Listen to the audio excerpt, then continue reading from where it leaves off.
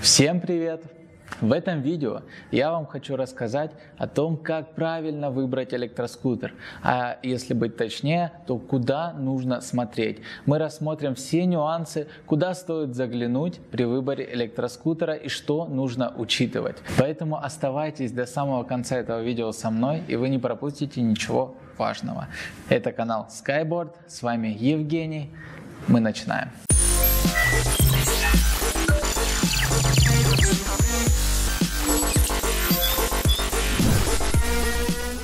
Сразу скажу, что весь список, который я буду говорить далее, это лично мои наблюдения и лично мое мнение, как бы я выбирал электроскутер с учетом моего опыта. Самое важное, что обычно волнует людей, которые хотят купить электроскутер, это его мощность. Мощность мотор колеса или мощность электродвигателя, если это трехколесный или четырехколесный скутер. Надеюсь, не будет для вас новостью, что большинство вещей, которые у вас под рукой, и телефоны, и электроскутеры и так далее, все собирается в Китае. И в Китае есть как фирмы, которые гарантируют качество, так и фирмы, которые подделывают скутеры и так далее. Если скутер сделан на какой-то подпольной фабрике, то они могут написать, например, не 1500 ватт, а 3000. Что им стоит? Просто циферки поменять. Для них это не будет никакой проблемой. Точно вы сходу не разберете, правду там написано или нет. Но в первую очередь можно обращать внимание на документы, которые сопутствуют электроскутеру, на надежность компании, которая его производит, и на производительность, а именно как он едет вообще. Вряд ли вам дадут в магазине прицепить тележку от трактора и повезти ее на электроскутере, но тем не менее можно еще посмотреть, как электроскутер выдает мощность, а именно там посадить, например, 3 человек, прокатиться, сравнить с другим электроскутером другой компании и так далее. Точно быть уверен никто не может, но такие мелочи, они все равно помогают узнать подделку. И естественно, если вы покупаете в надежной компании, в которой уверены, в которой есть определенный рейтинг, то скорее всего вас не затронет эта проблема. Следующее, о чем я хотел поговорить, это контроллер. Контроллеры бывают тоже разные. Бывает просто маленький кирпичик, который там приклеивают или привинчивают. Бывают большие, такие как процессоры практически. Важно, что в первую очередь на хороших контроллерах должно быть охлаждение. Охлаждение в первую очередь естественно, а именно контроллеры, как, например, в скайборде делают с такими ребрышками, с жилками, для того, чтобы воздух охлаждал его, если вдруг будут перегревания какие-то. А в самых дорогих, возможно, установка вентилятора внутреннего, как примерно это делается в процессорах компьютера, потому что это по сути и есть процессор такой для немножко других нужд. Еще важно обратить внимание на крепление контроллера. Это, я бы сказал, не столько важно, но тем не менее это играет роль. И, например, если на неправильный клей посадят, то он отвалится в процессе. Но также имеет место быть это усадка контроллера на болты. На эти моменты обращайте внимание. Далее проводка. Вообще провода — это очень важная вещь, и в первую очередь стоит обращать внимание на сечение. Естественно, вряд ли вы будете мерить в магазине там какое сечение, там тоненькое или большое, но на глаз как минимум вы можете определить. Если там просто один волосочек, то естественно возникают вопросы к продавцам.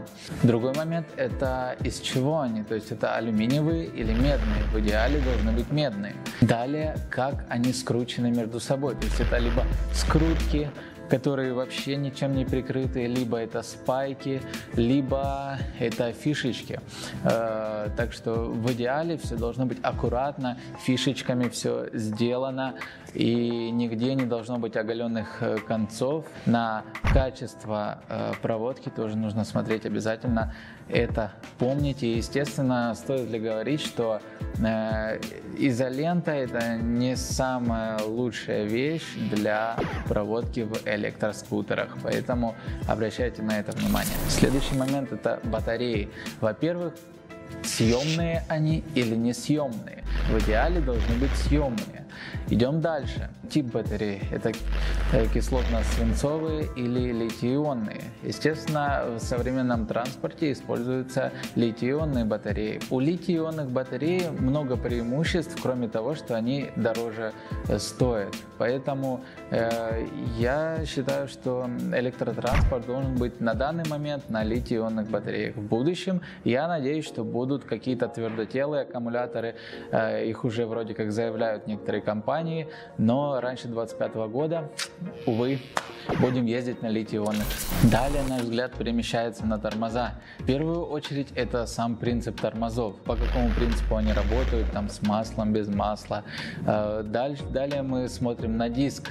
Если это не барабанные тормоза, а дисковые все-таки, то мы смотрим на диск, какой он толщины, какого качества, вдруг он вообще ржавый там в некоторых местах и так далее. Такого, конечно, не должно быть. Далее мы смотрим на толщину колодок. На взгляд, по вкраплениям каким-то, если они есть, сказать трудно, потому что не факт, что если нет никаких вкраплений, как пишут везде, то колодки плохие. Поэтому в первую очередь смотрим на их толщину. Если они не будут совсем как, не знаю, банковская карта, во-первых.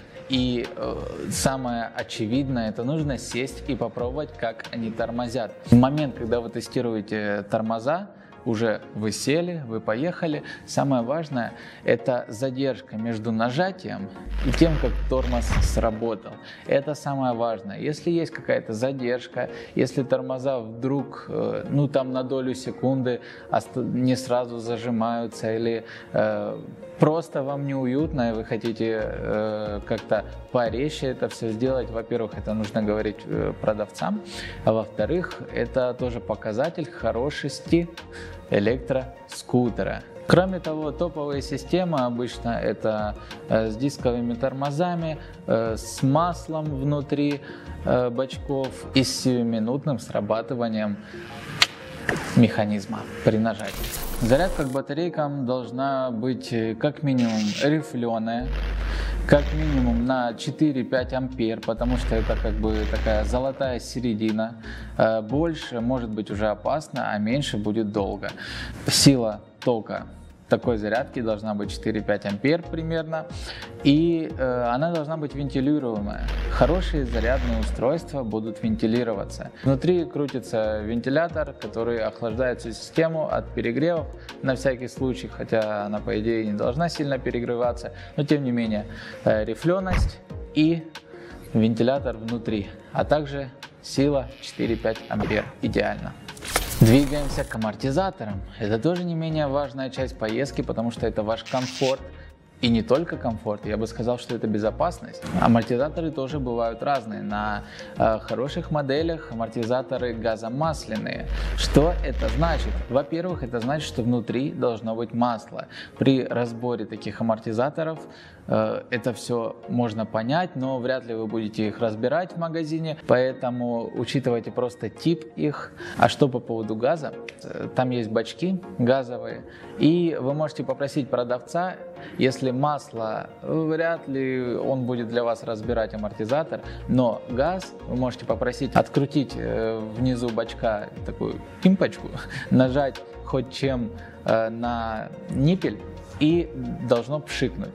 Если там, конечно, есть воздух или газ. Он может не пшикнуть только в том случае, если он пустой. Поэтому, если так случилось, то стоит попросить накачать туда воздуха и посмотреть, пшикает ли он. Если и после этого не случилось, значит это фейк и бачок не работает. И на более дешевых моделях амортизаторы не регулируются, они просто с фабрики стоят, и как стоят, так и стоят, вы с ними ничего не сделаете.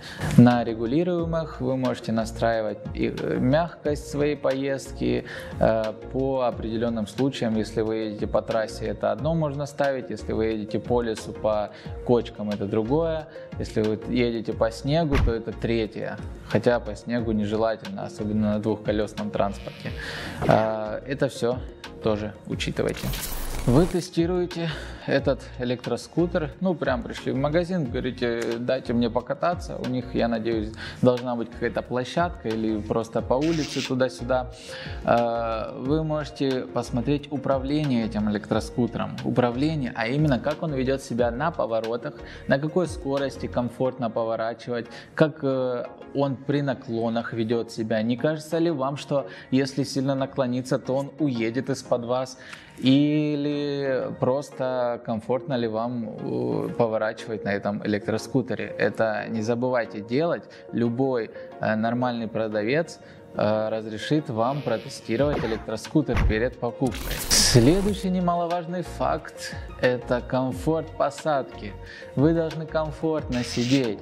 То есть, конечно, кому-то нравится помягче, кому-то пожестче, но в целом вам должно быть просто комфортно. И на это стоит обращать внимание, в том числе на швы, из чего сделано сиденье, как оно настраивается, не настраивается, но обычно не настраивается, и вообще, как вам сидеть. А самое главное, как сидеть вашему попутчику.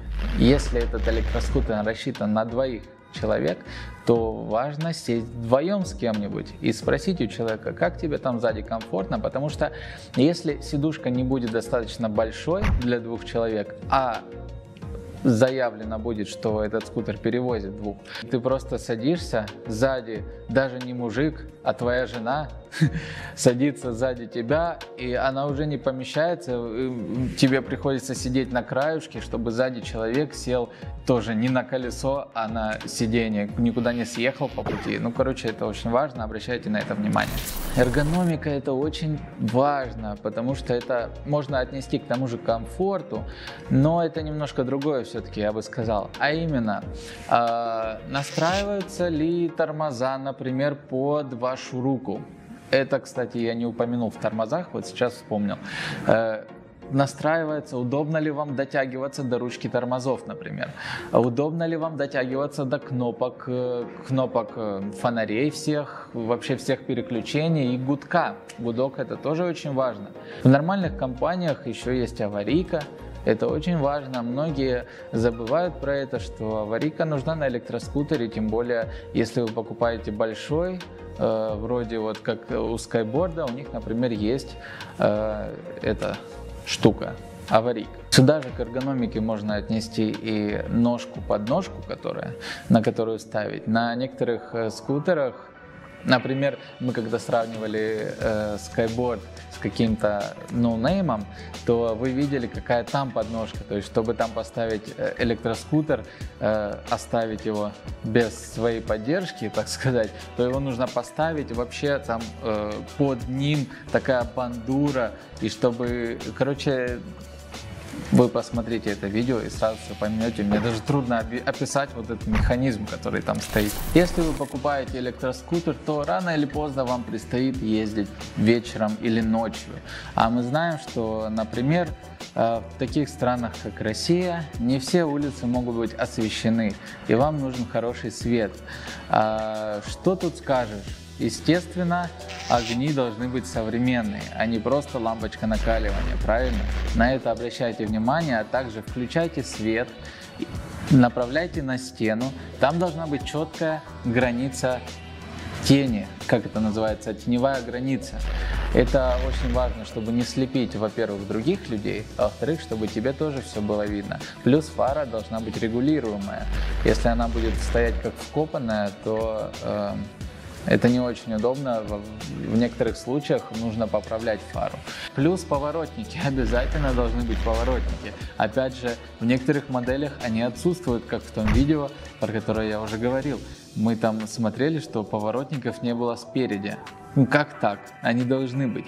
Поворотники, фары и в, скажем, топовых моделях, в хороших фирмах делают еще и противотуманки. Еще влага и пыль. защита от них какая стоит. Не могу сказать, что в электроскутерах очень сильно обращают внимание на это, но тем не менее элементарная защита должна быть. В первую очередь, чтобы вы не пачкались, когда ехали по влажной поверхности, чтобы крылья были как минимум, и крылья эти вас защищали. Следующий момент – это именно как производитель подходит к влаге внутри электроскутера. Самое важное, чтобы влага не оставалась внутри, то есть чтобы не было такого, что вы открываете отсек для батарейки, а там просто ведро воды, которое нужно, чтобы вылить, надо перевернуть электроскутер. Такого быть не должно быть. То, что влага попадает внутрь, это имеет место быть практически везде. И сюда же отнесем защиту именно вот какая у контроллера защита от влаги. То есть если его облить водой, не замкнет ли его. Также изоляция на проводах, также фары, не перестанут ли работать после поездок под дождем и так далее. Кстати, по этому поводу я снимал видео про BR40 Skyboard. И вы можете посмотреть его, видео вышло уже, и оно довольно эффектно получилось. Далее, как зафиксированы части электроскутера, а именно, во-первых, мне кажется, стоит обратить внимание на зеркала, как они закреплены, чтобы они не болтались. Когда вы едете, вы должны видеть, что сзади происходит у вас. Далее, как закреплены все остальные части, которые важны, а именно фара, не сильно ли она болтается или вообще не болтается, и как, например, закреплен двигатель в трехколесных моделях, например. Также, как закреплен ваш телефон, в конце концов. На хороших моделях есть крепление для телефона, нужно обращать внимание, как он закреплен, безопасно ли, не упадет ли по пути и так далее. Также можно обращать внимание на качество швов сварки, как сделана сварка, это тоже хороший показатель качества.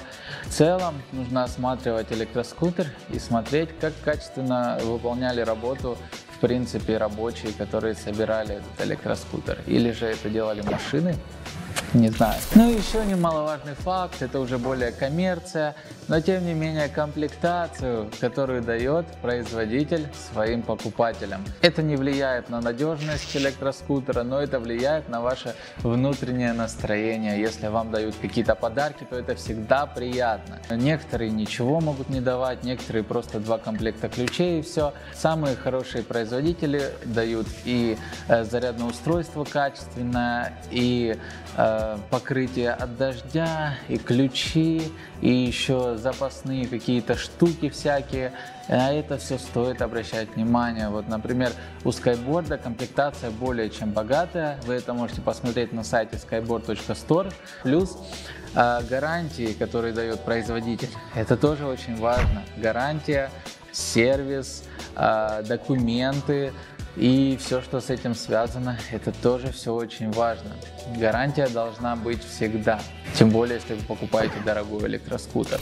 Ну и последнее, я бы хотел сказать, сначала хотел сказать, что это отзывы читать там в интернете и так далее, но на самом деле это не так важно и не всегда им можно верить. А вот про репутацию компании, про то, как они продвигаются на рынке.